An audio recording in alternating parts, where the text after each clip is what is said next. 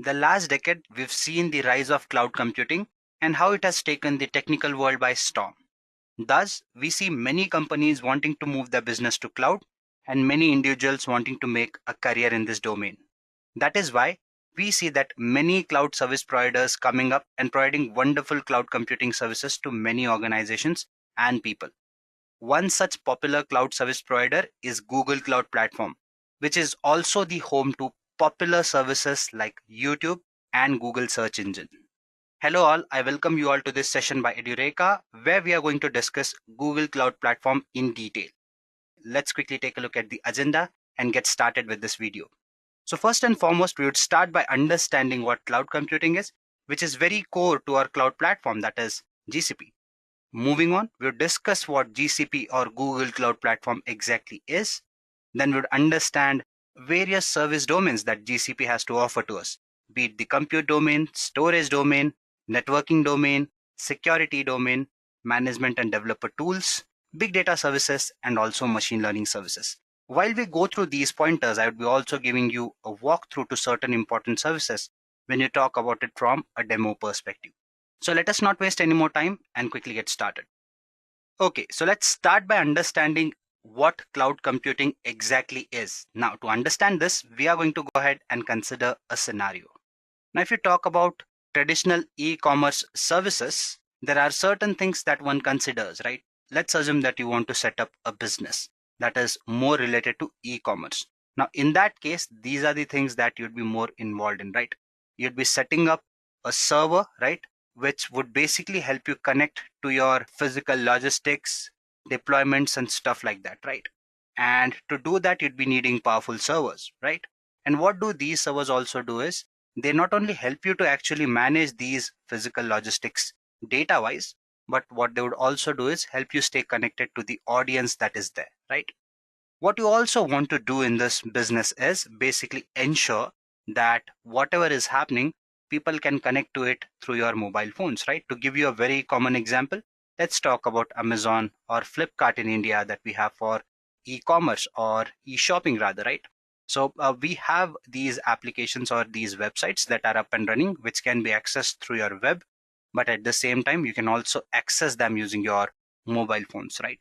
So what we are talking about is a centralized business that is spread worldwide and that can be accessed by using various solutions, various applications, right? Or various methods rather.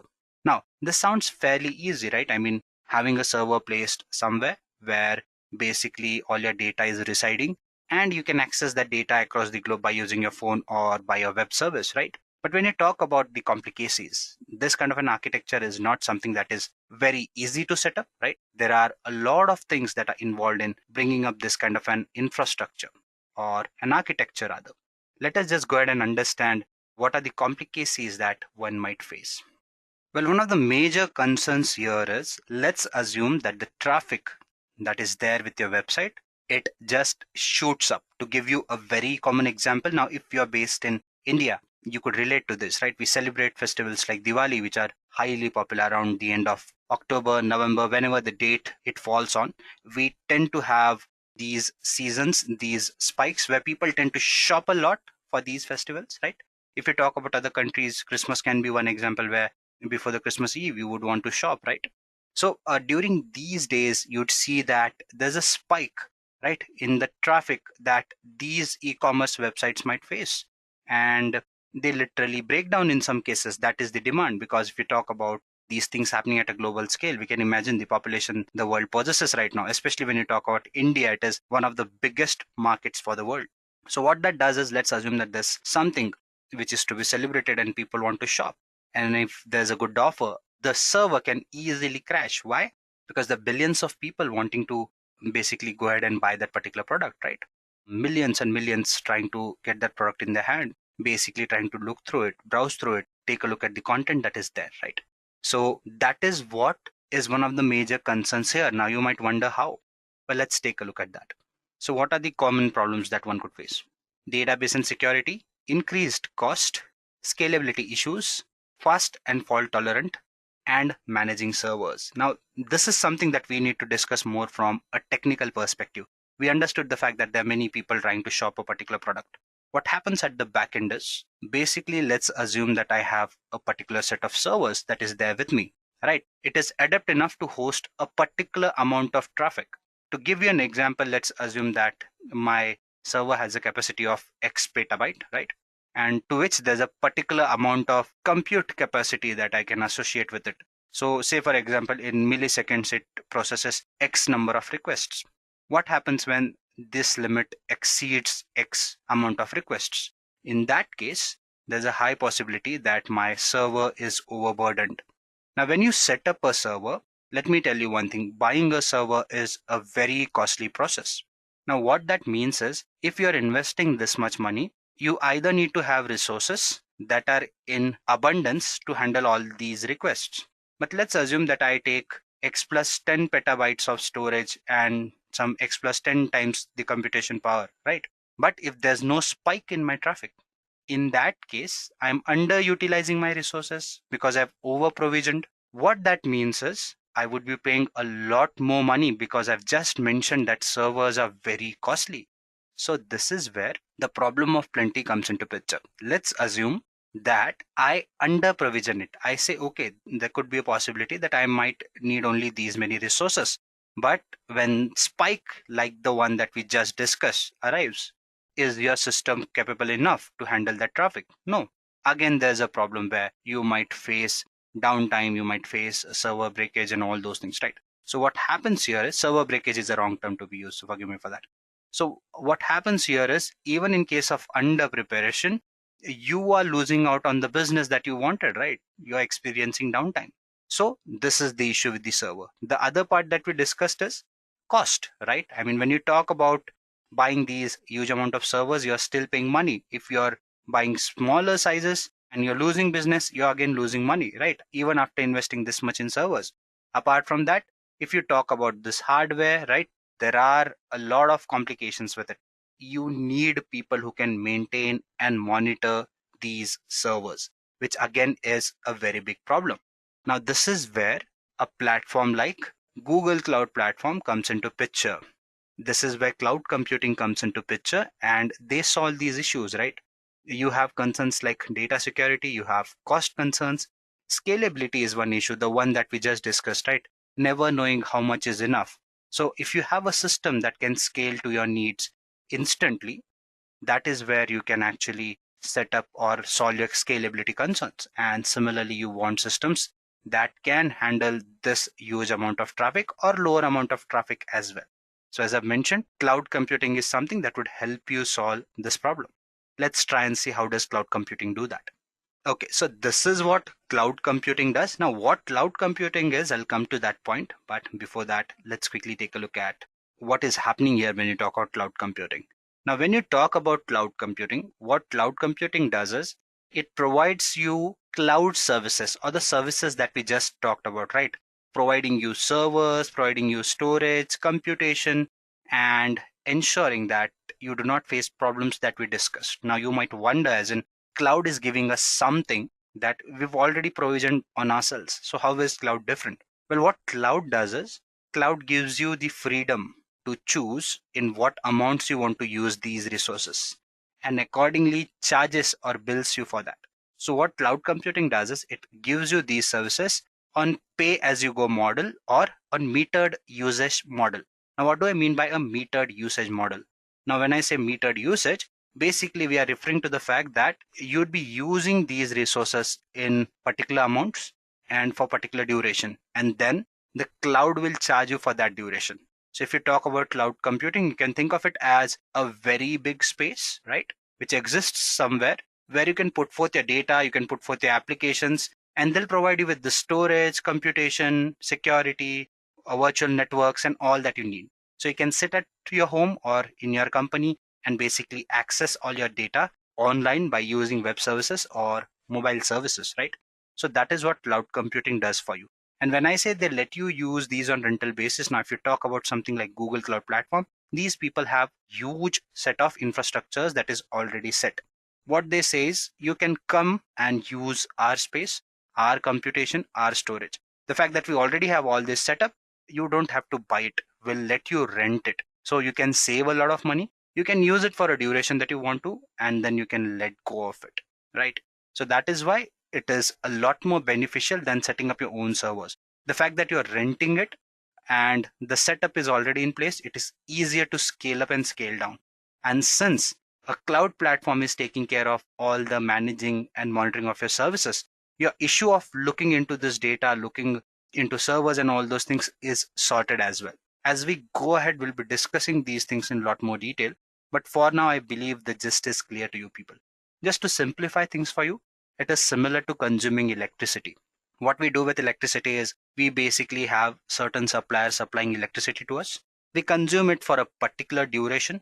And once that electricity, I mean, at the end of the month, when we know that we've consumed these many units, our electricity board sends us a bill saying that, okay, this is what you need to pay because these are the amount of units that you've consumed. So what cloud computing does is it basically provides you services in these manner and also takes care of all the maintenance and other things that are associated with your cloud hosting requirements. So that is what cloud computing is in a nutshell. And thus it solves all the major problems that you've discussed. We've not discussed the database and security part. We'll do that as we go ahead. But for now, I believe the remaining points are clear to you. You can access the data remotely or by using your online services. Your costs are reduced because you're paying on metered usage, right? Dynamically, these servers can scale up and also scale down, and the amount of computation that you can choose and chop from, you have faster and better computation to meet your needs. So that is what cloud computing does in a nutshell. Let's now go ahead and see what else do we have here. So I think we have the definition here. Let's see whatever we just discussed, does this definition do justice to that, right? Or our explanation does justice to the definition that we see on the screen.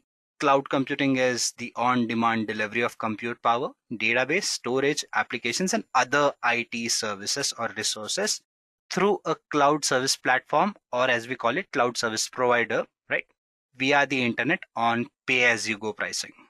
It is the use of remote servers on the internet to store, manage, process data rather than using a local server or your personal computer to do the same for you. So I believe by now the gist is clear to you people as to what cloud computing is and what all can we achieve by using cloud computing. Let us now go ahead and take a look at what else do we have to cover here. So first and foremost, let's try and understand cloud service models. Now, this is one of the key pointers. For people who know cloud computing, this could be little repetitive, but the reason or the fact that we have many people attending this session who could be new to cloud computing, for them this is very important. The thing is, when you talk about cloud computing, these are more of the pillars, or these are the ways in which these different cloud service providers provide services to their users or consumers. So let us now go ahead and understand these cloud service models before we jump into GCP and understand what GCP is and what all it can do. Okay, so let's try and understand what do these cloud service models mean. Now, when you talk about service models, basically what they're trying to symbolize or basically represent is the fact that every cloud service vendor, in this case, something like GCP, Azure, or AWS, these are all cloud service providers, right? So when you talk about these cloud service providers, they have a particular way in which they provide these services to the users. So as a user, there are certain requirements that you may have, right? There could be certain users who say that what I want is I want a basic infrastructure, right? Where you help me plan or set up my networking, my storage, my server, and virtualization requirements, right? That is, you give me the basic hardware or the bottom line that I need, right? You give me everything related to networking. How do I store my data? You take care of the servers that are there and also manage the virtualization. Okay, we'll understand what virtualization is. Or just to give you a gist, basically virtualization is nothing but it is an ability to set up multiple images or a feel of multiple devices on a single setup. Something like that. Say, for example, running two operating systems on a single base system. That is what virtualization is. So you get a feel of running both the systems parallelly. So that is what virtualization does. So what certain customers might want is they might want their vendors to take care of these things. And what they say is, in turn, I want to control, like I want to decide what kind of operating machine or operating system I want to run on top of my hardware, right? Similarly, what middleware I want to use through which my OS can communicate with my applications, right? And then I can create my own applications there, put my data there and start running my business, right? This kind of an architecture or a service model is called as infrastructure as a service, right? So here, the basic infrastructure as a user is given to you on a platter, and you decide what kind of applications, middleware, runtime, operating systems you want to use on top of it, right? Similarly, the other approach that you see here is PaaS or platform as a service. So by the name, it is clear by now that here the entire platform is provided to you, right? The basic 4 pointers that we covered, like the networking, the storage, servers, virtualization is taken care as it is done in the infrastructure as a service module, right? But what it also helps you, or what the vendor also manages here, is operating system, your middleware, your runtime. What you only manage here is the data and applications. Now you might wonder, why would people have such requirements, right? Let's assume that I have an application in place. If you talk about businesses, say for example, big businesses where there's so many applications, so many things happening, right? Billions of requests being processed, number of applications running for each request, right? So in that case, do you have the time to set up everything? No. What do is you just have an application and you have your data and you want to run it as per your terms. So you say that you control all these things. So what a platform like Google will do is they'll basically just go ahead and configure everything for you. All they'll ask is what kind of application you want to run. Okay, so accordingly, this is the basic setup that you need, and they'll set up everything that you need. So you just put your applications or build your applications there and put your data on top of it. So that is what platform as a service is. And then finally, you have software as a service. Now, when you talk about software as a service, this is where everything is taken care by the vendor. All you do is you just consume the data, right? Let me give an example for these things to you people. Let's assume that if you talk about a cloud platform like AWS or GCP, where you can launch virtual machines. In those virtual machines, the basic setup is done by the vendor. All the operating systems, choosing what kind of virtual machine you want and all those things is taken care by you. So it's an example of infrastructure as a service. PaaS. Now, when you talk about platform like Google Cloud Platform, right? Again, it provides you something like compute engine, or rather you have your application engine, not the compute engine. You have your application engine or app engine where the entire application is set up for you. All you do is you can choose what code, GitHub repository you want to import. Similarly, when you talk about AWS, you have something called as Elastic Beanstalk, which works on similar lines. And lastly, if you talk about SaaS, this is a cloud offering that is directly consumed by users. Gmail is a very good example here. In Gmail, you just open the web app, type your email and send it. You do not worry about how the application is being managed, who is managing it, what operating system it runs on, and stuff like that. Your only concern is consuming that little bit of data that you want to, right? So that is what software as a service is, right? To give you another analogy here, I know it's getting stretched, but I believe this is a very important concept. So let's do that. Now, if you talk about another example, let's assume that pizza consumption is our example or our concern in this case. Now, when you talk about pizza, if you want to make it, right, what you'll do is you'll buy everything, your dough, basically all the stuff that you need, right? Your toppings and all those things. You'll go home, you'll use your own stuff that is there, right? You have your basic infrastructure in place, your gas, all those things, or cylinder, whatever it is. You'll cook your pizza on top of it, your oven, whatever it is, you'll cook your pizza there, right? And then you'll use your own utensils and consume it, right? This is something like IaaS. PaaS. PaaS is like ordering your food, right? So somebody else will prepare pizza for you. They'll just send it to you. You'll just bring it home, right? Use your plates and stuff, put it there and start eating it. Something like your PaaS. Okay.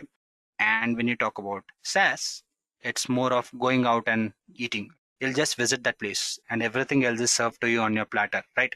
The plates are theirs, the food is there, cooking is there, service is theirs. All you do is you consume it, right? So that is what software as a service is. So I believe the analogy is clear to you people and you have a better understanding of what cloud service providers are. So, yep, by now we've known what cloud computing is, why do we need it? And we've also understood what are different cloud service models. Let's now go ahead and talk about some other bits. So when you talk about cloud computing, right, this is not a monopolist or monopoly based market. We have various cloud service providers that are there in the market that provide services in different domains, right? You have something like Amazon Web Services, Microsoft Azure, which hold a very large market share in the public cloud. Now, we've not discussed what deployment models are, but with time, I'll throw some light on that as well. So when you talk about a public cloud, basically everything lies on a public server where other companies can also put forth their data. So when you talk about Google, Amazon, Microsoft, these are public clouds. So if you talk about public cloud market, Amazon and Microsoft Azure have a bigger market share, started way early in the market, one of the initial starters, and hence they have a bigger cloud market. Then you have something like VMware, Rackspace, DigitalOcean, Giant. IBM again is one more popular cloud platform, and Terramark. So these are some of the popular cloud service providers, cloud platforms that provide cloud computing services in different manners. So what we are going to talk about in today's session is Google Cloud Platform, which again is one of the leading ones. And we'll try and understand what makes Google so special and what are the kinds of services it offers. So let's just go ahead and take a look at those. So let's try and understand GCP. First and foremost, let's try and understand why GCP. So as you can see on the screen, what it says is Google Cloud Platform is a suite of cloud computing services that runs on the same infrastructure that Google uses internally for its end user products. It can be your Google search engine, right? Your Gmail, Google Photos, and YouTube. Now, you might wonder as in why do these pointers come in? Why GCP? This is simply to tell you as in how good a platform Google Cloud Platform can be, right? Now, when you talk about the fact that it uses similar space that these platforms that you see on your screen use, that should give you an idea as to how good a platform it is. Because when you talk about something like Gmail, YouTube, I mean, it's difficult to imagine how many people use YouTube every day, right? This is not something that is limited to India, to Asia, or to America, right? Be it any country, whether you talk about UK, whether you talk about Europe, right, the Australian continent, everybody's moved to YouTube these days, and not just watching content, also creating content. Forget out the fact that what rate it is getting consumed. Just talk about how many people are wanting to make a career in this domain. So that gives you a gist as to what we are talking about. And the fact that so many people are consuming so much data on a regular basis. Just to give you an example, I mean, I am someone who was an avid reader once. I myself spend a lot of time on YouTube these days. And given the fact that I work like good 9-10 hours a day, I still find like hour and a half every day to spend on YouTube. So that tells you, as in, this could be a personal opinion, but I am sure that many out there are consuming YouTube at this rate or even at a faster rate or at a greater rate than I'm doing it. Okay. Apart from that, whether you talk about Gmail, right? Talk about Google Docs, Sheet, right?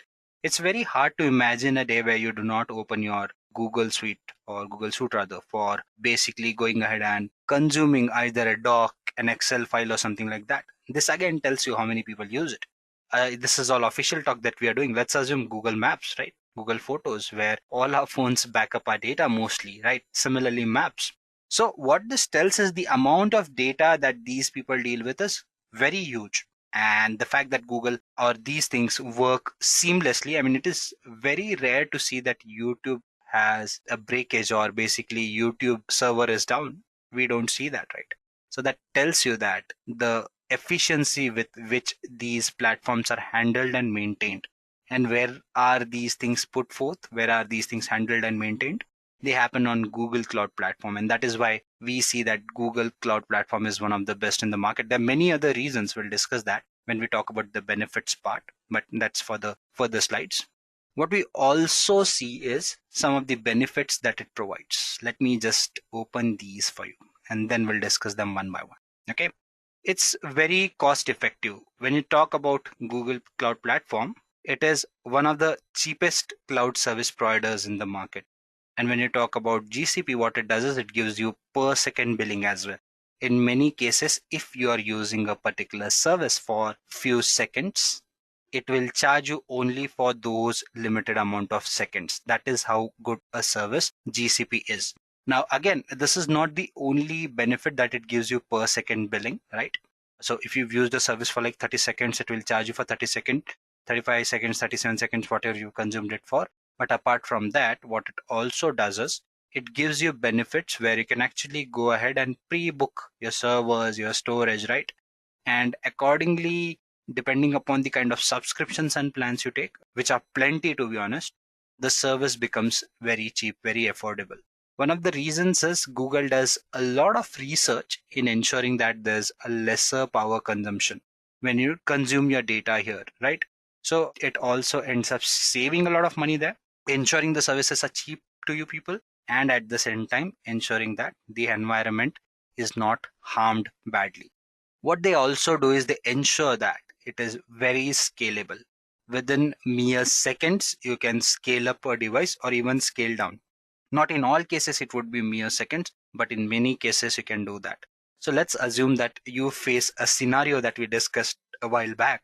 You have your website which is very popular, right? And in a peak time, you come across an issue where you need to scale up or just scale down in case of adversity.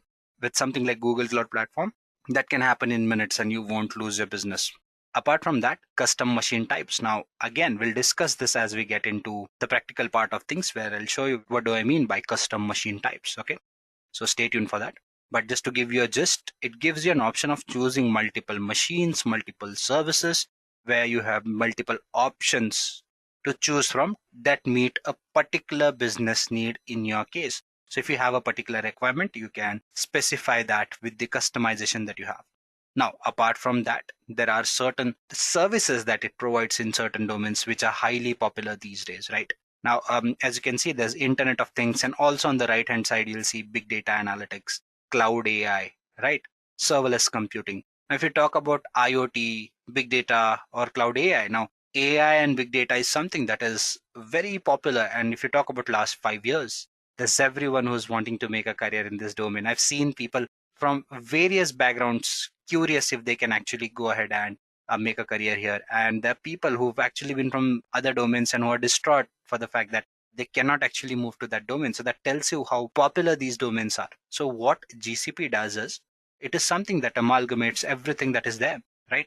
It's not just about hosting applications, hosting servers, right? It gives you services that lets you process data on top of cloud. And this is where something like artificial intelligence and big data can be implemented on top of GCP or Google Cloud Platform. IoT, that is Internet of Things, which helps you connect various devices using internet, right? That actually helps you in data sharing, knowledge sharing, is something that can be simplified by using Google Cloud Platform again, right? API platforms and ecosystems. So what GCP does is it provides you APIs, which can basically help you tinker with the applications that you have, find different ways to communicate with the applications globally. And that is why it is so good. And serverless computing, something that we'll discuss as we move further. Now, when you talk about serverless computing, what serverless computing does is it basically helps you focus on your business where you do not have to worry about the servers. Basically, your service provider manages the servers end to end. All you do is you basically run certain set of scripts that are run only when an event is triggered, and then your server gets running, which you do not have to control, and your data is fetched, and the application then again halts until you make the next request. Now you'll understand why this is so important as we move further. But for now, this is what serverless computing is, where you get a feel as if there are no servers that actually exist. Okay, so these are some of the reasons, benefits as to why GCP is a very good or a popular platform that it is today, does reside to exist, right? So that is why GCP is very important and it finds its place amongst the top cloud service providers. Let's now go ahead and talk about the other pointers that we have on our plate. So what is GCP, right? So we've discussed certain set of pointers. GCP is something that supports those claims, right? Google Cloud Platform is a suite of cloud computing services and management tools offered by Google, right? Alongside a set of management tools, it provides series of modular cloud services, including your computing, data storage, data analytics, and machine learning. So guys, when you talk about these cloud service providers like AWS, GCP, Microsoft Azure, these provide plenty of services, almost close to 100 services when you talk about GCP, and if you talk about Azure and AWS, the services are more, but let's not discuss that. That's not the point of our discussion. So what GCP does is it classifies its services into certain domains, and then you can actually go ahead and choose and chop amongst these services, as in what do you want to use and how do you want to use it. We'll come to that when we get into the demo part and when we start discussing the different services that you saw in the agenda part. But again, let's wait for that to unfold. Meanwhile, let's just go ahead and take a look at the other pointers. Okay. By now, I believe the definition of GCP is clear to you people. It's nothing but an extension of cloud computing practices. We discussed what is cloud computing, and that is what GCP does. It helps you implement, or it is one of the service providers that lets you basically implement your application hosting management and all those things. Let's try and understand GCP a little more. So let's now go ahead and take a look at a use case, and let's see how Google Cloud Platform helps many customers across the globe. What we are going to do is we are going to take a look at a specific use case. So when you talk about this use case, Twitter, as we all know, is a highly popular tweeting platform, or rather social media platform would be a better word for this, right? So Twitter is not new to anyone. We all often read in news, right, that someone tweeted this, some paparazzi basically said this on Twitter. This is what the Twitter uproar has been about a particular case and stuff like that. So Twitter easily is one of those platforms where people share their opinions, right, to a very great extent, right? Why? Because it has a very huge customer base, just like Facebook, Instagram. If you talk about Twitter, it is one of those platforms where people put out their statuses, people talk to people, people put out their opinions, right? What this also means is this huge number of people who are actually on Twitter are also an audience for the company, that is for Twitter, right? So what Twitter does is Twitter also runs various ads, various campaigns on their platform, which many companies pay millions and billions for those particular ads, for those particular events. Now, if you talk about these ads and these events, as I've mentioned, the audience is huge here. The number of ads that are run are plenty. And when I say plenty, we are potentially talking about billions of engagement events that happen on Twitter. And when you talk about these billions of events, what these billions of events do is basically they affect hundreds of downstreams which different people use, right? If something is happening there, that event might be downstreamed somewhere else. Somebody else is showing it to somebody else, right?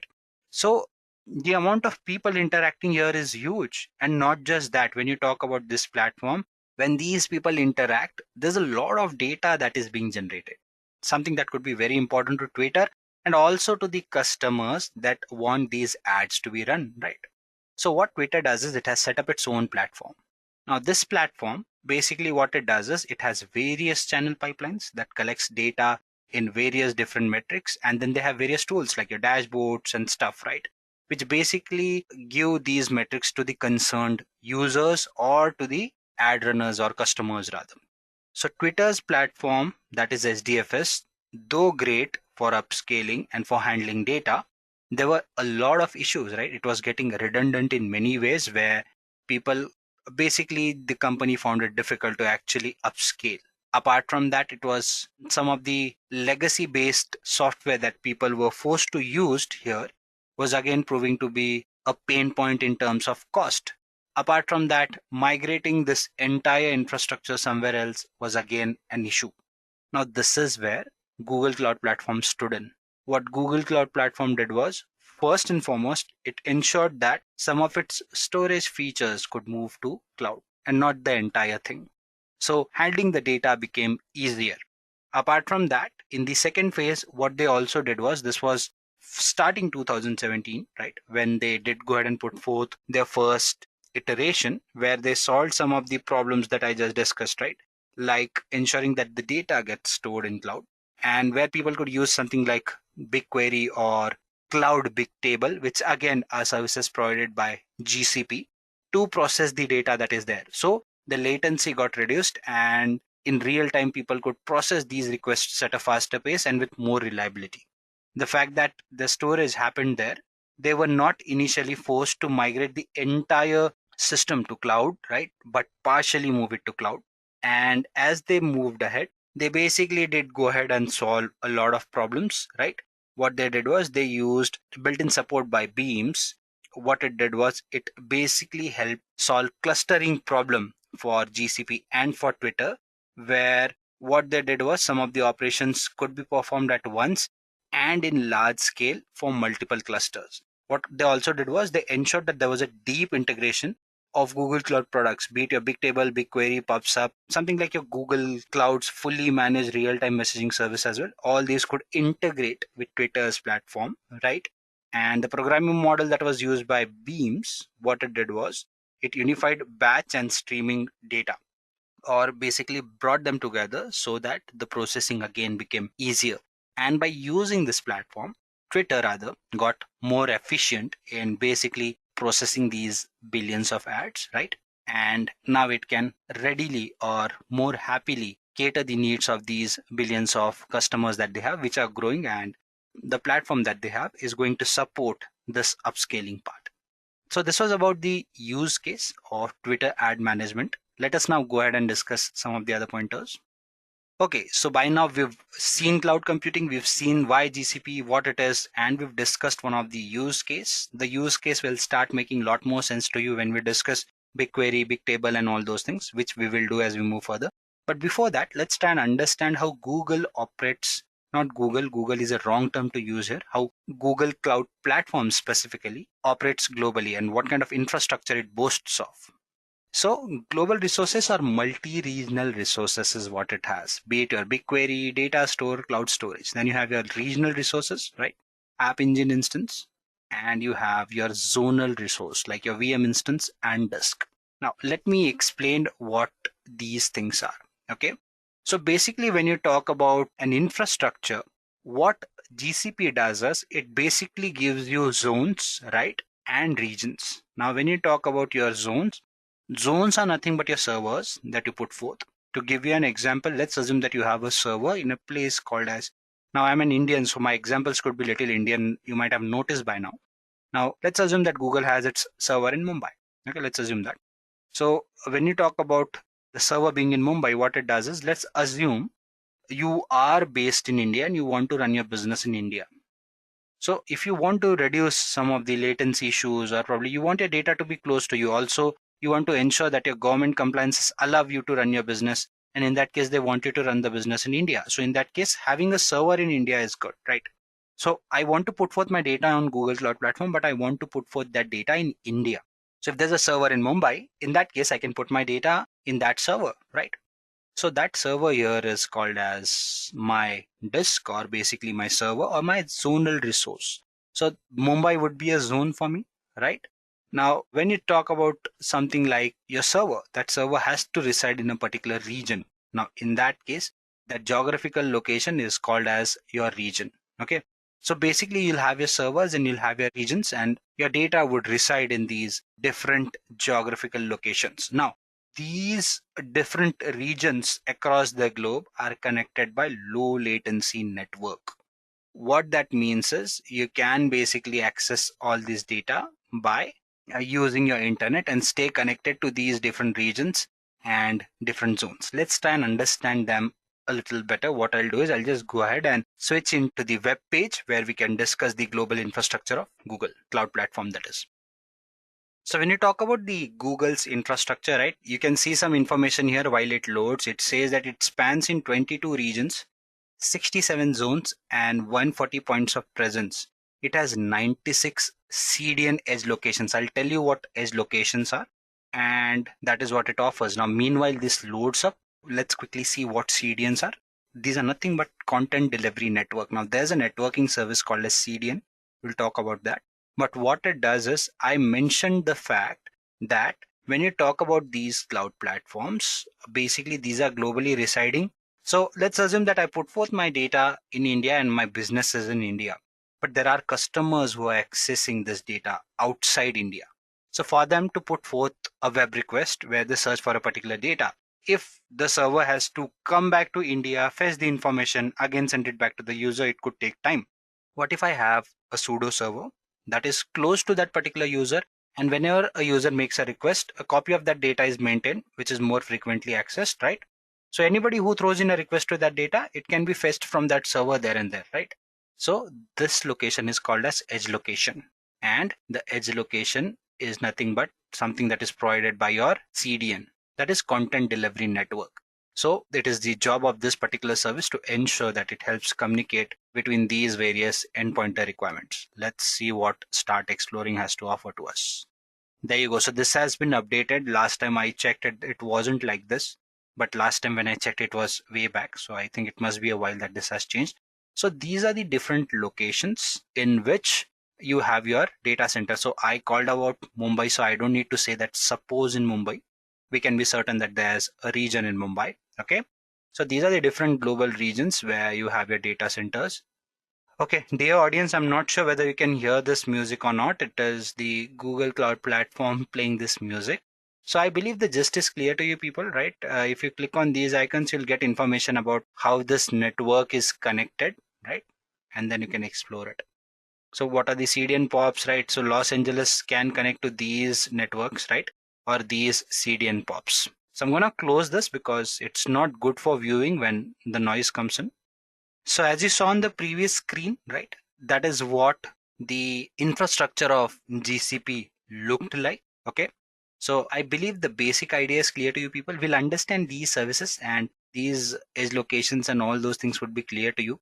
When you talk about AWS and Azure, they too have a similar approach where they have availability zones and regions. Availability zones in their case are nothing but their data centers, and their regions are nothing but their geographical locations. So if Mumbai is a region, they'll have a zonal resource there or an availability zone. So they work on similar platform, and this is how the infrastructure of Google works like, or Google Cloud Platform rather, where you have your zonal resources or availability zones which are put forth in a region, and all these are connected by low latency network for fast data transfer and communication. So this is what the global infrastructure is. Let's now go ahead and discuss some of the other pointers. Now, when I say the other pointers, let's try and understand GCP service domains. Now, when you talk about GCP service domains, there are a plenty of service domains that GCP has to offer. The reason for that is there's so many services that GCP offers. Now, each of these are the major domains that GCP operates in.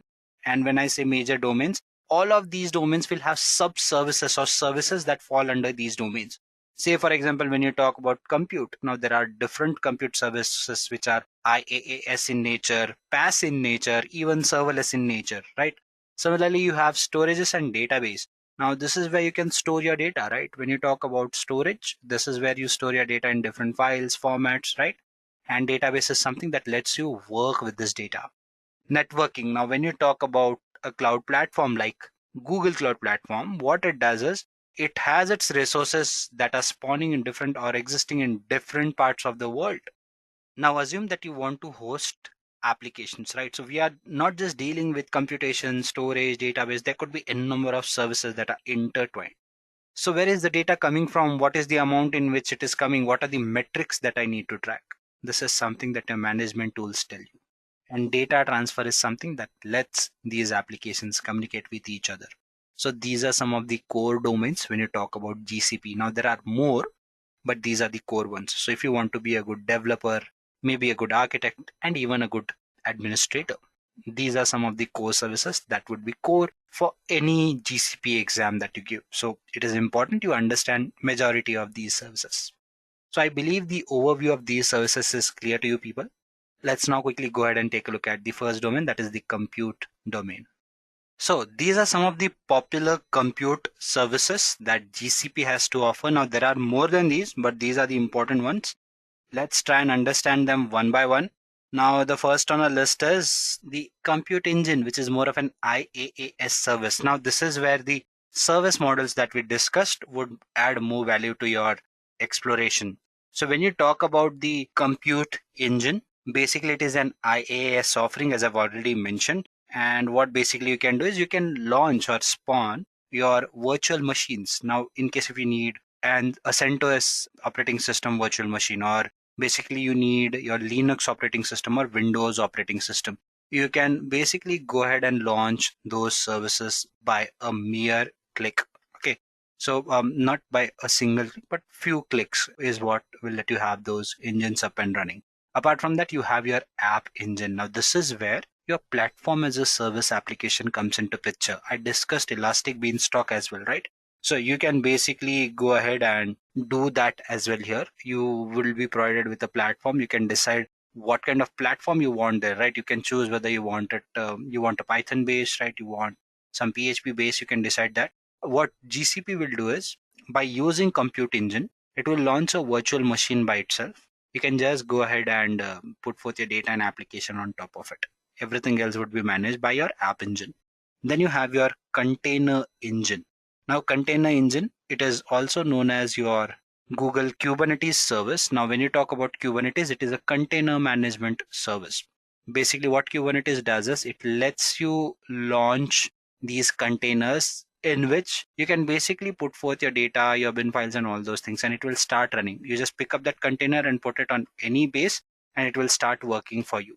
Let's assume that you have a multi-purpose charger, right? Where your phone gets connected once it does, and in front you have 10 different ports, and you can connect that to any kind of socket that is there, right? So that is what a container is. It will basically take in your data. In your case, if you're charging your phone, right, your phone is your data. So it will take that data, it will connect it or put it in that container, and that container can be used anywhere on any kind of platform or base, basically. So that is what Container Engine does, and Container Registry is one of the services that lets you do that or supports that activity. And then you have your cloud functions. Now, this is your serverless offering that GCP has to give to you. So this is what some of the popular compute services that GCP has to offer are. Let's now go ahead and get into the demo part. We've been talking for an hour almost. So let's just go ahead and see how the GCP compute services pan out, how they work. Okay, so what I've done is I've actually gone ahead and signed into my Google Cloud Platform account. Now, when you talk about your Google Cloud Platform account, what GCP does is it basically offers a free tier version to you, which you can use, and you can practice quite a few things by using this free tier account. So when you have a free tier account, it comes up with a certain set of benefits, like all the basic services can be implemented there. And what GCP does is for a certain duration, it provides n number of units of money for you to use. So you can use that free units or those free units to spawn your instances, launch your storage services, database services, and stuff like that. So what you have to do is you have to just go to Google Cloud Platform free tier, create an account. They'll ask for your credit card. That is for verification. In case if you're using paid services, they'll charge you, but they give you a list of free services, so you can always use those free services, right? So once you do that, once you give in your credit card details, they'll verify your account, and you'll be having an account that is ready to use for you. So ensure you go ahead and create a free tier account for your usage. Okay. Once that is done, you can always come to this platform and start using it. You can see that all the major services, be it your IAM, APIs, compliance, security, all these services are here. Okay. We'll be discussing these one by one. Do not worry about that. But meanwhile, let me just scroll down. The Compute Engine is the one that we'll look into right now. App Engine is your service where you have your PaaS offerings. We'll see the IaaS one, right? The basic one. In your Compute Engine, you have your services, versions, instances. So a virtual machine is called as an instance when you talk about these cloud platforms. Let's open one of those. Unable to find a resource you requested. There was an error loading it. So let's reload it. Okay, no problem. We'll go back and we'll try something else. So let me go back. Let me just click on it and let me just go to Compute Engine. This was the reason, because I probably did it from the wrong place. So you can go for virtual machines, VM instances, right? Let's click on VM instances. So there's an instance that I created a while back. This was just for the usage purpose I wanted to show you, but let's not do that. Let's just stop this first. Now it might take a couple of minutes for this to stop, but I can instead just say delete. So let me delete it. Are you sure you want to delete it? Yes, I'm very sure I want to delete it. So it should delete this instance, and once this instance is deleted, I'll be having this interface for my usage. Okay. And there are various other options that you can do. You can see at the panel at the top where there are quite a few things that you can basically control. But meanwhile, let me just delete this instance and we'll launch a newer instance. Okay. So let me just refresh this and see how it pans out. If it is still deleting it, then it could take a minute. Okay, let's just say create now. During the course of this video, I'll also show you how do these things work in other platforms as well. I'm not going to walk you through them in detail rather, but I'll just give you an idea as to how these works. or those services also work there. So let's quickly take a look at, or just add a name here for our instance that we are planning to launch. Let's call it SAM4321. Labels, do you want to add a label? Because if you create multiple instances with similar names, it could be confusing. So you can add a label as to what that instance is for. You can see that I have this much amount of free credit, somewhere around 21,000 Indian rupees for my usage. So I can span these many instances. If I use this particular instance for a month long, it would charge me $25. In Indian currency, if we say like 70 to 75 rupees for a dollar, right? That is 750 for 10. So around roughly 2000 rupees for an instance to run for the entire month if I keep it running, which you might not need to. But giving you an estimate, right? So it gives you the detailed information as to how long would this instance be running and how it would be working and stuff like that. Okay, let us now go ahead and discuss some of the other pointers. So it is a general purpose instance, right? If you can click on these things, you'll understand quite a few other things, right? So basically, when you say a general purpose instance, it serves a moderate performance of your computation and storage. Okay. If you talk about compute optimized, those are optimized for your computation, and memory optimized are something that give you higher memory or better memory usage. GPU is something that is used for your graphical processing. Okay. So we'll stick to the general purpose for now. This is its configuration. Okay. You can choose what you want to. You can also use a micro one. Okay. So this is not a concern for us. We are using it for a demo purpose. You see, each time you select one, it will give you all the details. It is using 2 virtual CPUs and 1 GB of memory. And I can choose what kind of machine that I want to use here. If I click here, I'll get to choose. So I can use a Debian, right? I can use a GNU Linux. So instead of Debian, I can go for Windows and other things as well. So I have the option of choosing other servers if I want to, whether it's a Linux one, Red Hat one, and stuff like that. Let's stick to CentOS for now, or the Debian one for now. Okay. Buster size is balanced. If I go for standard, and if I say apply, now if you scroll up, you'll see that how much this one costs. So it will cost me $6 monthly. So it is fairly low, right? So from $25, we've come down to $6. Why? Because we've launched us or planning to launch a smaller instance. So these are the things that we can configure. If you go ahead, you have other things to configure as well. Okay, or you can stick to the basic ones if you want to. Let's just go ahead and say create one. And just like that, my instance would be created. Guys, here you also have an option of working on quite a few other factors, right? You can just go back to the instance and see what kind of virtual network it falls under, what kind of storage that is attached to it. By default, you'll have persistent disks attached to every VM that you launch. We'll see what do those mean as we go ahead. But just to give you a gist, that is what it is. Yeah, so it is giving me a notification. This I can dismiss because I'm going to delete this instance any which way once its usage is done. So if I select this, why am I getting this thing here? I don't want it. I'm just going to scroll it for now. And it gives me different ways to connect. I can use SSH to connect to it. I can use it in different browser as well. Open browser windows with private SSH key and use this command. So this is the easiest way. Let's do that.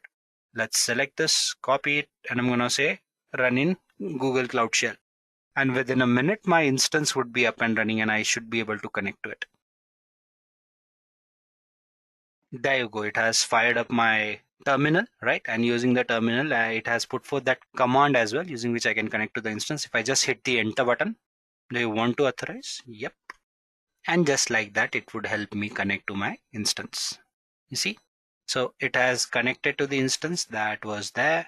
And I can actually go ahead and start using this Debian if I want to. Similarly, if you go back to AWS, right? There's a service called as EC2 that lets you do the virtual machine job. And you can see that there are instances that you can create and launch. You can always come here and say launch instances where you can choose different kind of instances that you want to. Okay. It will also give you details about what instances are up and running and what are you planning to do with these instances and stuff like that. Okay. So there are quite a few things that can be done here, and you can use this AWS platform for similar things as well. If you close it, if you go back to AWS services, it also has plenty of services that you can use. So we'll compare these services. How do they fare with each other and what kind of offerings these platforms give us? But by now, I believe the basic compute service is clear to you people, how it works and what all can be done with it. Okay, let's go back to our presentation and see what are the other pointers that we have to cover here. So we've seen how compute services work, at least the basic fundamentals as to how virtual machines on GCP work, and we've seen how, as they call it, compute engine rather, works on GCP, which is equivalent to AWS EC2. Let's now go ahead and discuss how storage services work on GCP. Now, when you talk about GCP storage services, there are plenty of storage services that are there on GCP. And the reason storage services are important is when you talk about cloud platforms, right? It is very difficult to imagine any cloud platform without data. And the reason is simple, right? I mean, any application you create, any kind of data you put forth, you are dealing with data, right? Be it monitoring the data, managing the data, analyzing the data, right? Processing the data, everything happens on cloud. And that is why when you talk about storage services, they're fairly important. Now, when you talk about these storage services, they will store data in different ways and in different formats, right? You could be required to store your images, you could be required to store your videos, you would be required to store maybe your structured data and stuff like that, right? So first, here you have something called as cloud storage. Now it is a unified cloud storage service. What this unified cloud storage service does is it lets you store data in the form of blobs, or you can store your data, be it your images, as I mentioned, be it your videos, right? Be it your other forms of data. It can be your structured data, unstructured data, right? So you can store that kind of data here. But mostly the data that is stored here is stored in the form of objects, or objects rather, and is stored in containers called as buckets. Now, when you talk about other cloud platforms, something like AWS, Microsoft Azure, now on these platforms, when you store this kind of data, you have separate services for storing the data. Now you have something like S3, right, which stores all these kinds of data. Then you have something called as EFS, which stores files in the form of data. You have EBS for block storage. Here to have persistent disks for that, but I believe you get the gist what I'm trying to say here.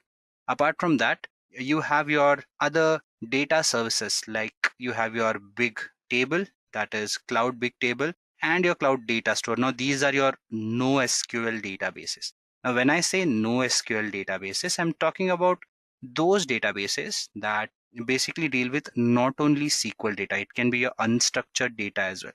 Now these are different from your cloud storage. The reason is these are more towards the line of database services where you can process your data, right? You'll be having your data stored in a particular server, and then you can process this data by using something like Cloud Bigtable or your Cloud Data Store.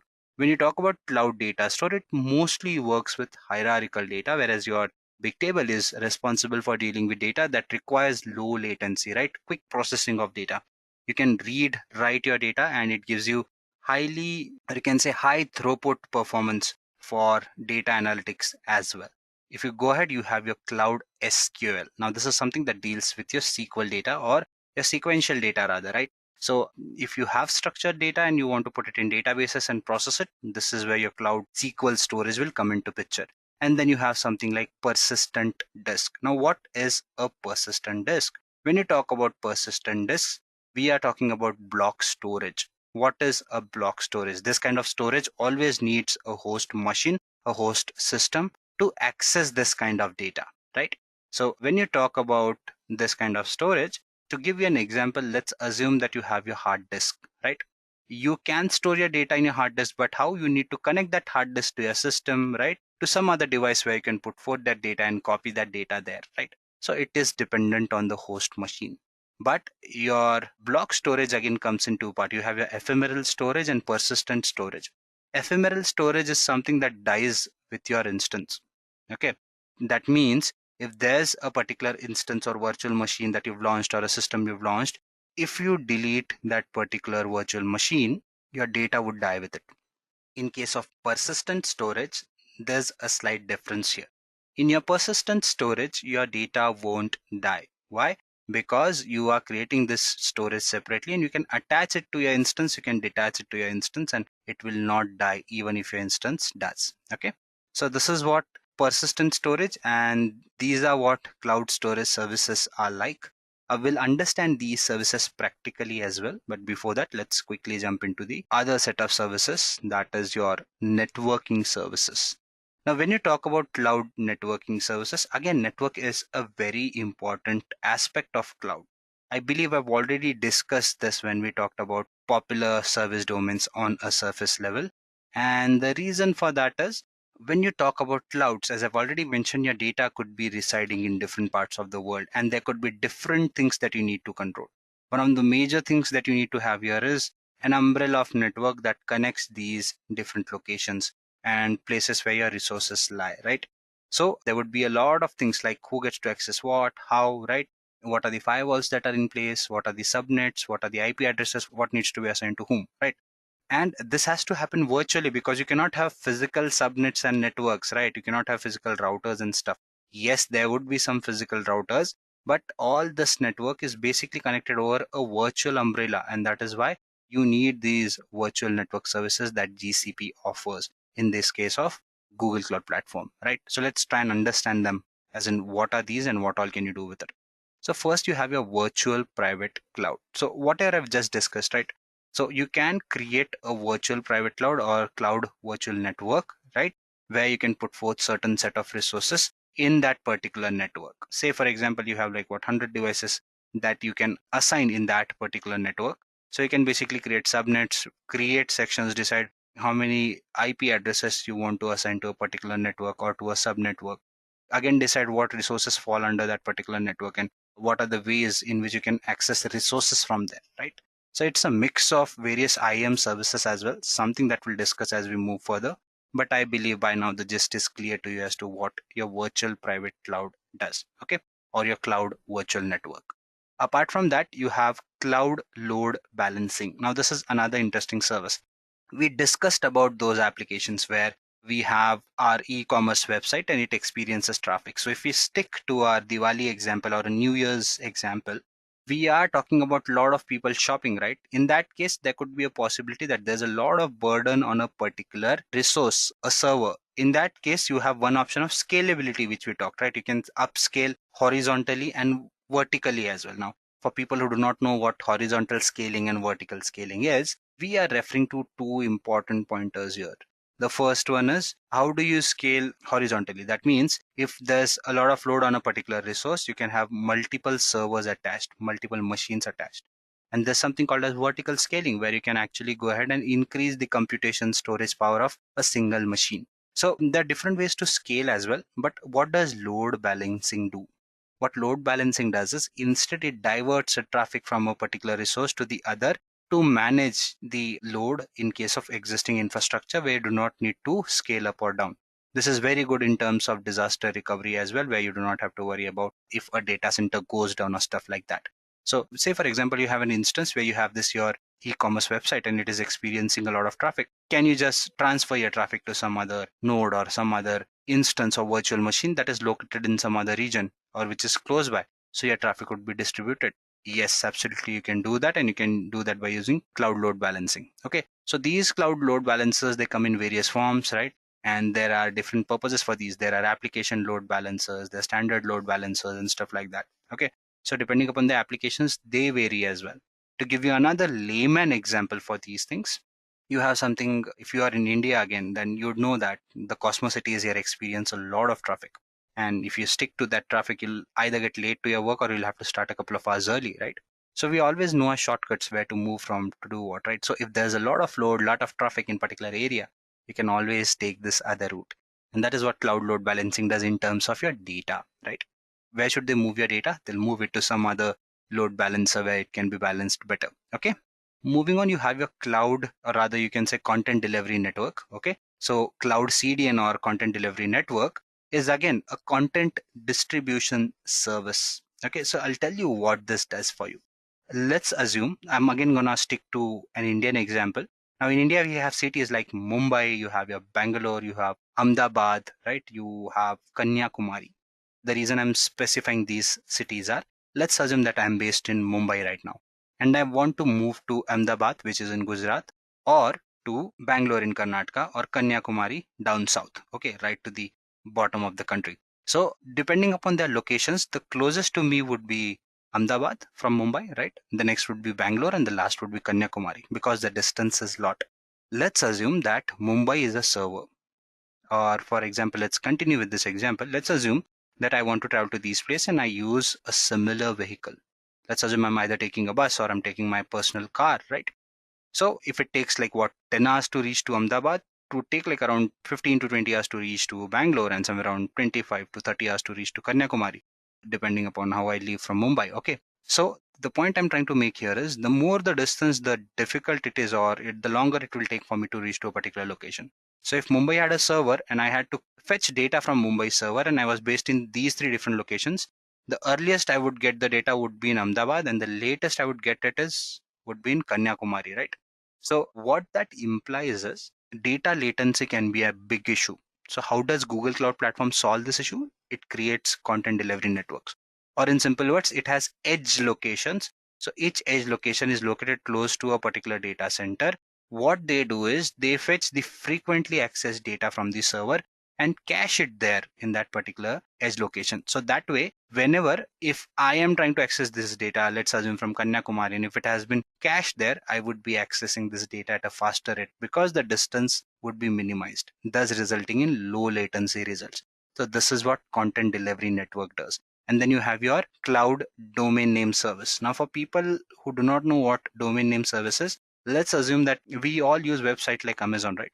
Or maybe our Google search engine. So we put in an address there, right? The address can be something like www.amazon.com, right?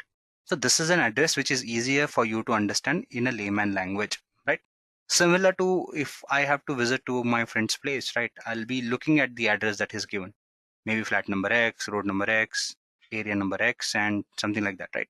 So what do these labels tell me is where does this person reside, and it is easier for me to find this person based on this address. Similarly, if you want to access particular set of data, you'd need to know where does this data reside, right? Your website address, and that is something is controlled or governed by your domain name services.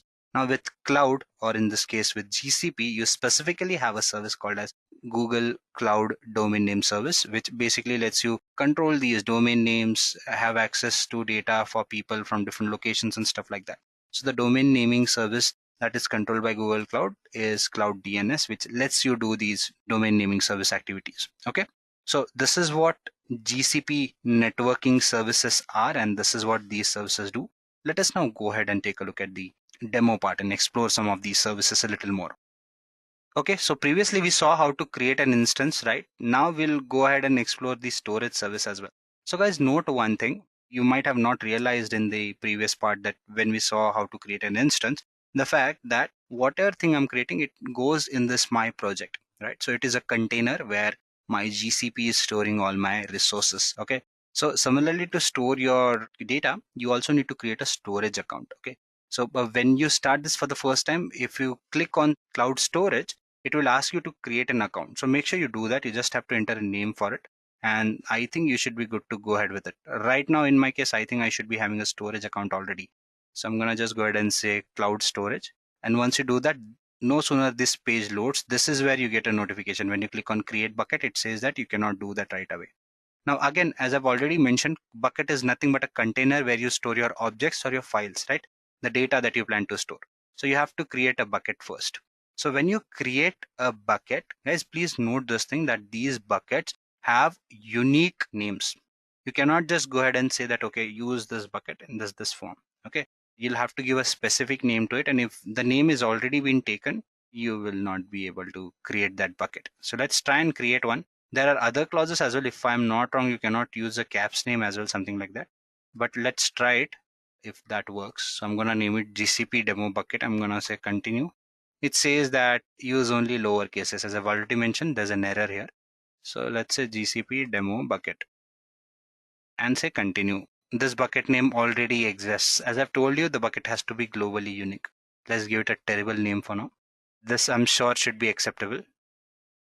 So guys, once we click on continue, these are the other things that we need to take a look at or need to understand, as in what kind of bucket I want. Do you want it regional, dual regional, or multi-regional? By the name itself, it should be clear, as in the latency is reduced because in a regional bucket, you are dealing with a single region, single bucket. All your work would be concentrated there.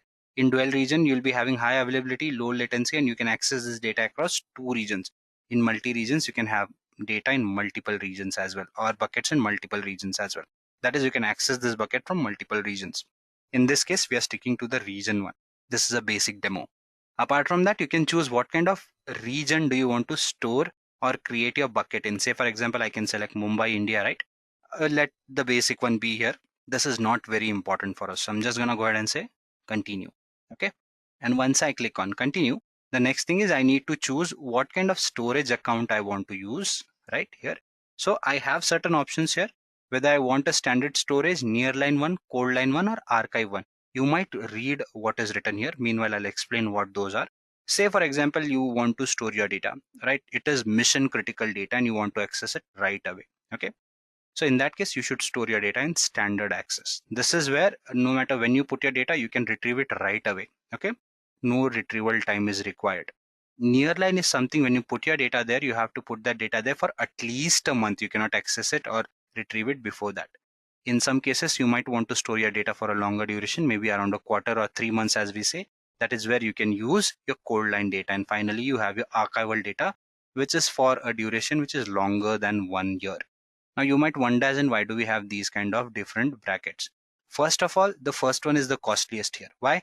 Because there's no retrieval time. I mean, you do not have to wait for more than seconds, right? The latency is like in seconds, so that which is very less, even milliseconds in some cases, so which is very less.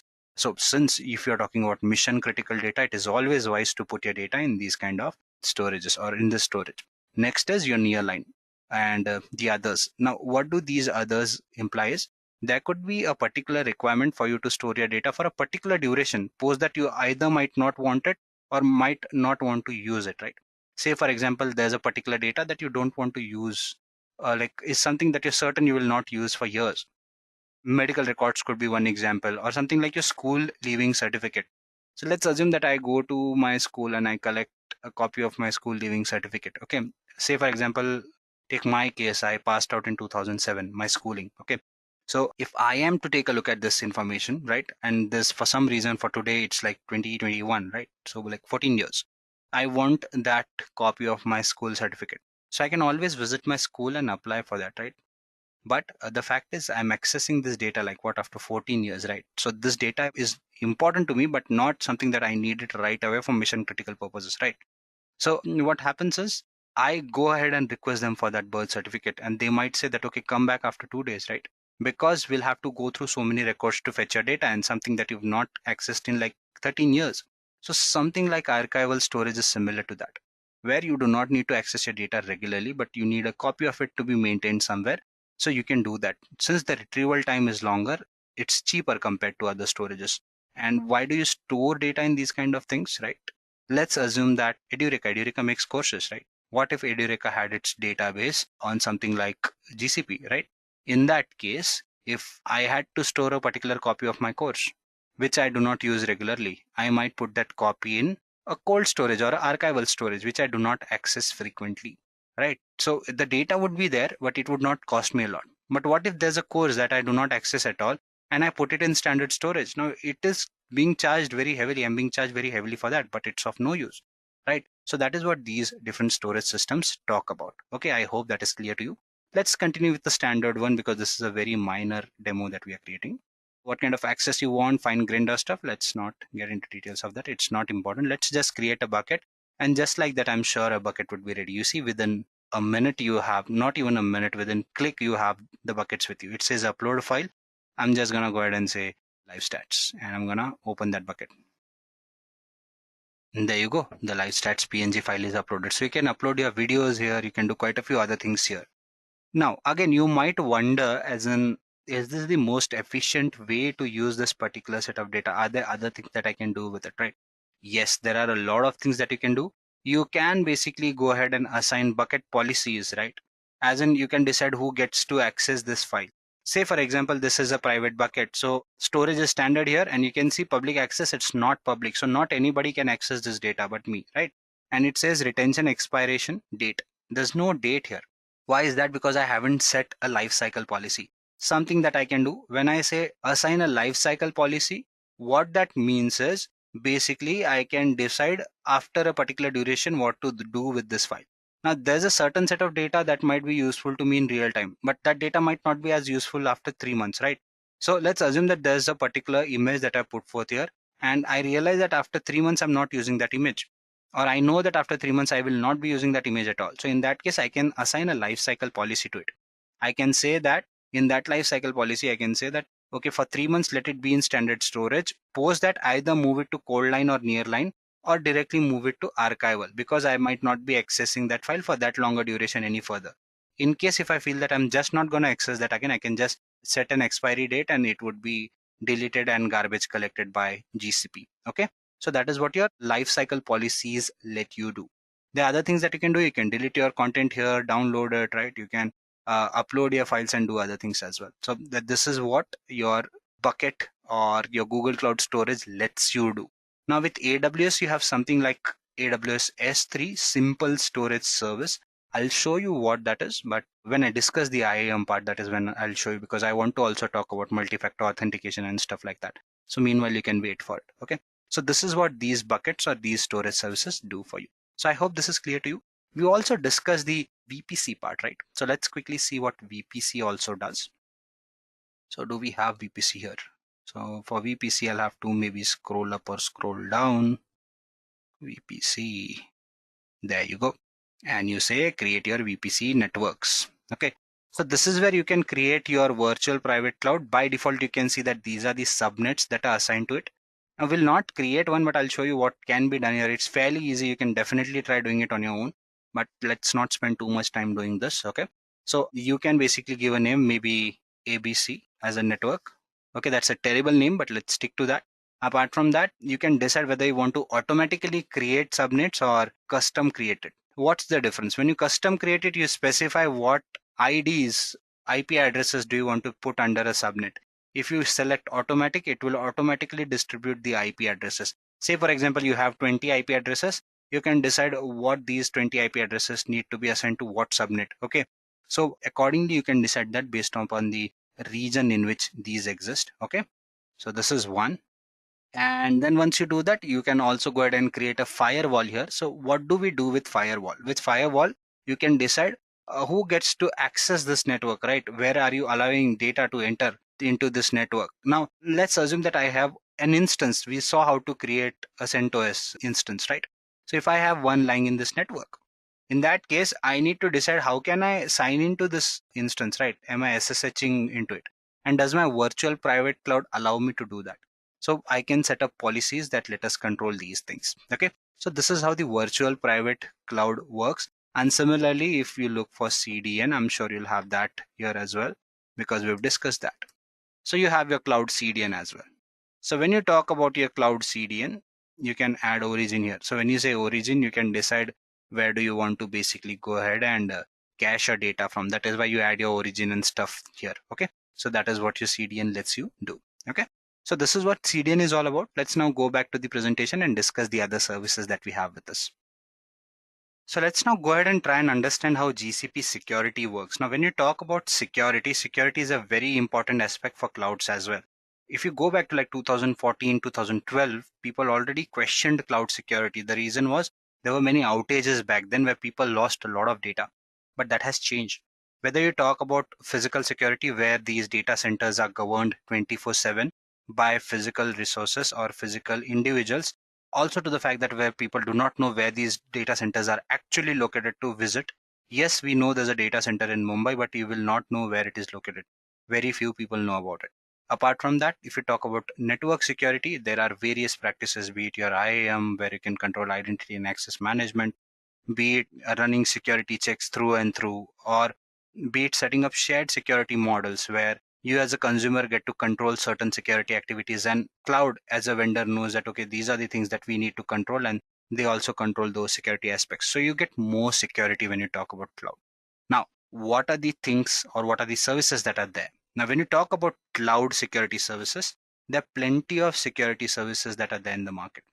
The major ones are, you have your Google Resource Manager, then you have your IAM, Security Scanner, and Platform Security. The others as well, as I've mentioned, but these are the core ones.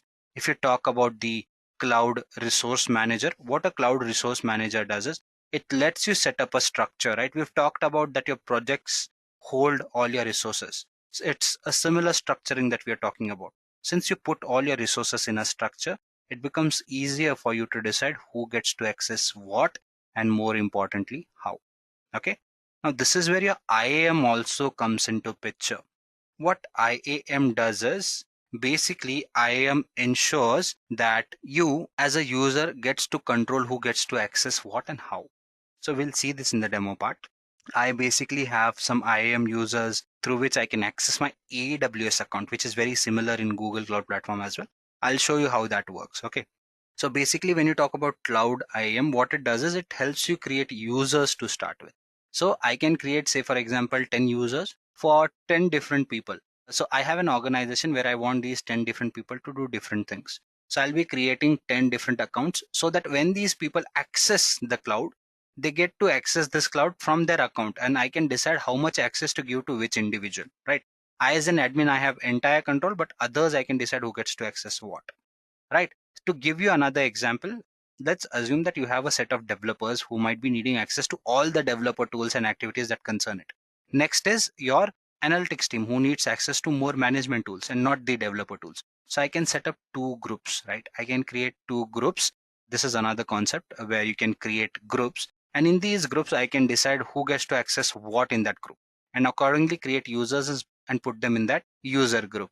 So basically they get to access only those resources first, right? Then you can create also policies where you can do some service related work where you can decide what service requests to throw and all those things. So that is where your policies and roles come into picture. So that is what Cloud IAM does. Basically, it lets you govern the identity and access management to your cloud platform. Then you have your cloud security scanner. Now, what exactly is a cloud security scanner? When you talk about a cloud security scanner, basically let's assume that I have n number of virtual machines created. Now these virtual machines would be accessed through different URLs, right? The applications that are based on top of them would have certain URLs and people would be accessing it from different resources. What Cloud Scanner does is it basically scans or crawls through all the links, all the websites and applications that are being accessed and checks for security. When you talk about Google Cloud Platform security, on the other hand, it is a more generalized version which controls security on top of Google Cloud Platform. So this is what, or these are what the security services on Google Cloud Platform let you do, okay? And what they are exactly. Let's now go ahead and understand something else, and then we'll probably again jump back into the demo part. So you have the management and developer tools. Instead, what I will do, guys, is I'll just go ahead and discuss all these services at a stretch, and then we'll explore them in the practical part of things. Okay. So let's try and understand the management and developer tools as well. Now, when you talk about the management and developer tools, management tools are something that let you govern all the management activities that are there on your cloud, right? So say, for example, you have your monitoring and logging services. So I don't know whether you checked it when I opened my GCP. There was a dashboard there. So it is something that can be created by using your monitoring and logging services. So I'll show you once we get into the demo part. So that is where you'll get data about all those logs, all the requests that you've made, right? All the services that you've launched and their CPU utilization and stuff like that. Apart from that, you have other services like your Cloud Shell, Cloud APIs, right? These let you control your applications more programmatically through command line interfaces where you can actually go ahead and code and then access these resources. Apart from that, you have your Cloud Console, which limits or reduces the amount of coding that you need to do in order to access these resources. And then you have your Cloud APIs, which basically, again, I believe I already discussed that, so let's not get into that. But APIs and CLIs, that is what they let you do, or Cloud Shell, that is what they let you do. Mobile Cloud App lets you basically monitor your data using your mobile applications that you can connect on your phone by using your Google Cloud. So your data would be residing on cloud, but you can monitor that data by using cloud mobile apps. And then you have your developer tools. Now, this is where your developers come into picture. When you talk about cloud, you are not gonna just go ahead and put your data there and manage that data, right? You'd also be building applications that you want to use. So can you do that on top of cloud? Definitely you can do that on top of Google Cloud as well. You have something called as Google SDKs, then you have your deployment manager, and you have your Google Cloud source repositories. So SDKs is something that lets you control your software development toolkits on top of cloud, and deployment manager is something that lets you control your container applications on top of Google Cloud. In terms of cloud source repositories, it is something that basically lets you have a version control device on top of cloud. So we all have heard about Git, right? So Git is nothing but your version control device. So using GCP cloud source repository, you can create a similar version control on top of cloud, or you can even connect to Git to basically import those repositories, and then you can pull, push your data and work on top of it. Okay. So that is what your Google Cloud Source Repository lets you do. Next, we have our cloud tools for Android Studio, where you can do Android development here, right?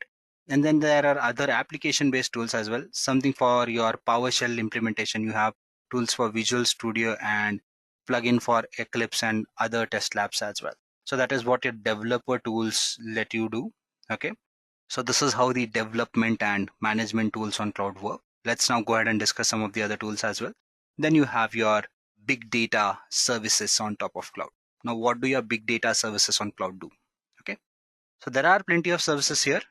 You have your BigQuery, you have your Dataproc, PubSub, you have your Dataflow, Data Lab, Genomics, and a number of other services. Now, BigQuery is nothing but a data warehouse that basically lets you analyze your data and process data at a very low latency. Dataproc is again another service that lets you deal with your Apache server, Apache Hadoop kind of infrastructures. Now, when you talk about big data, right, we are talking about Hadoop infrastructure. This is where we are talking about unstructured data being handled. And one of the easiest way to put your data there is by using something like a Hadoop ecosystem and by using Spark that lets you stream process data at a very quick rate. So that is where your Dataproc service comes into picture. It basically lets you manage these kind of data on top of your cloud and basically lets you manage your big data activities on top of cloud. Then you have your PubSub and Dataflow. Now these are your streaming services. So if you've heard of something like Kafka, that lets you do publish your data and basically lets you to subscribe to other topics as well. Say for example, you use Gmail, right? On Gmail, what we do, basically we have certain emails that we've subscribed to and we get them regularly, right? You can decide to unsubscribe as well. So when you talk about streaming data, if you want certain topics to be subscribed to, you can do that by using PubSub and Dataflow. So Dataflow does not let you subscribe, but it works on handling streaming data rather. And then you have your Genomics and Data Lab. Data Lab again is a tool that handles big data for you, and Genomics is something that lets you work with research kind of data. Now, what do I mean by research kind of data? Now I'm referring to that data that basically lets you deal with something like COVID that we had in 2019, right? Suppose that there were many people wanting you to research on genomic data, the DNAs and stuff, right? To understand how did this virus evolve. So that kind of study falls under life sciences. And if you are a group of people who want to do it, you can do that on cloud. All your basic infrastructure and underlying aspects will be controlled by Google Cloud Platform. All you worry about is how do you work around that piece of data, that set of data. Moving on, you have something like your GCP machine learning services. Now, when you talk about GCP machine learning services, we are referring to practicing machine learning on top of GCP cloud. Now, machine learning, as we all know, has been trending a lot in last decade, and it will continue to trend because the importance of data has changed widely in recent times. And that is why we see people wanting to make a career in these domains. So can you do or perform data science activities and machine learning activities on top of Google Cloud? Definitely you can. How do you do that? You have these set of services to let you practice these things, right? So first and foremost, you have a cloud machine learning. So it is similar to AWS SageMaker, where you can actually go ahead and practice these things like building your Python, having a Python notebook configured readily on top of an instance, and then building a model. And with something like cloud machine learning, it becomes easier for you to deploy those models as well in the public environment or in the production environment rather. Then you have your APIs. Now these are cognitive services. What do I mean by APIs or these cognitive services? So let's assume that you want to process images. You want to understand what is this image specifying, right? Whether there's a person in it, there's a celebrity in it, does it match with other images and stuff like that. So you can use an API like Vision API. Speech API is something that lets you convert your text to speech, speech to text and stuff like that. Natural language APIs are something that let you work with your lexical data analysis or basically doing sentiment analysis and stuff like that. Then you have translation and job APIs as well that basically let you translate your data, and job APIs are something that again deal with data handling in general. So that is what these services let you do. Let's now go ahead and look at them practically. Let's see some of these services that we've discussed. We've talked about security services, right? We've gone ahead and discussed the big data ones, the machine learning ones as well. Let's try and understand them practically and see how do some of those work or what can you do with these services rather. Okay. So I'm going to quickly switch into my console. So there you go. I've gone back again, and now I'm gonna go ahead and you see this dashboard here. We talked about the management and developer tools as well. So this is how a dashboard, this is what it simplifies, right? What kind of data was being used. So initially when I started the server at 12:30 today, I had a spike there. Okay, so that is gone. That is when I started one of my services. So the CPU utilization rose there. So you can see that the CPU utilization and stuff will change here if you create your resources. Okay, you can monitor other resources, billing and stuff as well. You'd get to know what are the resources. You can see that there are two storage buckets that are there, one compute engine that we created a while ago, and one of the buckets that you saw how to create one, right? So all the information would be available in your dashboards, and this can be done by your monitoring and logging services that you have. Okay, what are the other things that we can do here? Let's just go ahead and take a look at those. Security services, IAM is one of those that I just mentioned, right? So you can create your IAM users here, and you can decide all those things, who gets to access what. So if you click on members roles, you can add those. You can just add users as well. Say for example, I add a user called as Vishal here. Okay, forget the spelling, it's not important. Okay, I can select what kind of role this individual needs to have. Okay, you have to enter the email address here for that. Okay, so you can add an email address, and post that you can decide who gets to access what.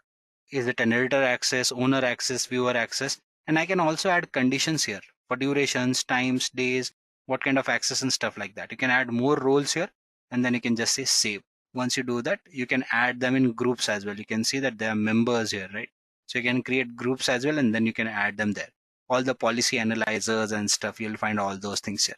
I mentioned the fact that I'll show you something in AWS as well. So you see, this is the company's account that we use, and I have an IAM user here. Okay, you see, this is signed in by this account. But when I member login, right? If I member login here, it will ask me to do a two-step authentication process. So when I enter the password, it will ask me for a number that would be generated by Google Authenticator on my phone. So it's a multi-factor authentication process, more than one step of authenticating that I am the right user. And since this is a pseudo user that I'm using, I do not have admin access to a lot of services. Say for example, if I open S3 here, it will not let me create a bucket here because I do not have access to that. You see, you don't have permissions to list buckets. So this is what you can control by using your IAM policies, and that is what your IAM services let you do. So I believe this little bit or this little gist of things is clear to you people.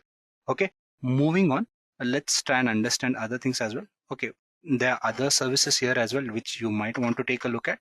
If you say sign into the console, it will directly sign in right now because I'm already signed into it. If I wasn't, it would have asked me for all those passwords. There are other services here as well, right? You have your IAM billing, or basically S3 is something that is similar to the buckets that I've already shown. EC2 is something that lets you create instances here. Okay. And then there are a plethora of services that deal in management and monitoring as well. So if you scroll down, you'll get information about those. You see, you have VPC here, you have CloudFront is one more that should be here or somewhere, which is equal to GCP CDN. And then you have your developer tools. Okay, so you have your code commit, which is similar to the Google repositories, cloud repositories that we saw. So that is what these services let you do, and these basically let you deal with all this data that is there for you to work with. Okay, let's now go back to this thing and take a look at other things as well. So I believe the security bit is clear, management bit is clear to some extent as well for you people. Big data services, we've discussed that there are a lot of big data services here as well. If you scroll down, or if you just go back here and click on services, you'll see that all the other services here. Okay, so we talked about PubSubs as well, right? If you remember. So these are the databases, right? The big table data store, the NoSQL databases that we discussed. You also have your Spanner, which is again a database service. SQL is something that stores your SQL data. Monitoring is few things we discussed. Code build is something that lets you develop your code. I've told you, you can build your code there, whatever pieces of code you have. And similarly, if you scroll down, this pops up, right? I talked about topics, subscriptions, and snapshots. You can do all these things by using these particular set of services here as well. Okay, so in terms of APIs as well, I've talked about that there are Vision APIs, but again, when you want to use Vision APIs and stuff like that, you need to basically activate those APIs, which I don't think are activated here right now. So I'm afraid I would not be able to show you a demo on that, but you can do that. Text to speech is what you can use. For that too, you'll need access, but you can actually go ahead and enable these APIs, and you can actually go ahead and work on these things practically then. Okay. Apart from that, there are other things that you can look into. Some of those are, if you go to AWS, you have services like Poly, which lets you convert text to voice and vice versa. Textract is another one that lets you do that. Then you have Rekognition, which lets you process images. Okay. So if you come here, you can actually go ahead and do all those things, right? Facial analysis, whether a person is happy or not, male or female, right? What could be the age? You can decide you can do face comparison or celebrity recognition as well. So you can compare two images and tell whether they match with each other or not, whether this is a celebrity face and does Google or Amazon know it, right? So these are the things that you can do with these APIs that we discussed. So these are few things that you need to look into. There are quite a few things that you can actually express when you talk about, or explore rather, when you talk about Google Cloud. What I will also do is, as we move further in future content, I will ensure that we come up with videos that talk about these services in detail, and where we'll focus more on each of these services individually. This being a tutorial video, I had to cover a lot of content here, so we could not discuss all those in detail. But in future, definitely we'll come up with more individual videos that talk about this content or those services in particular in detail. As far as this session goes, I believe we've reached its time, and I would be ending this session here. In case if you're interested in Google Cloud certification training and you like structured approach, you can definitely check out Edureka's Google Cloud Platform training, which is a certification training, and we have 24/7 support that would help you in that. Apart from that, if you're interested in similar content, do not forget to subscribe and hit the bell icon to stay notified on the latest content that we have. Thank you.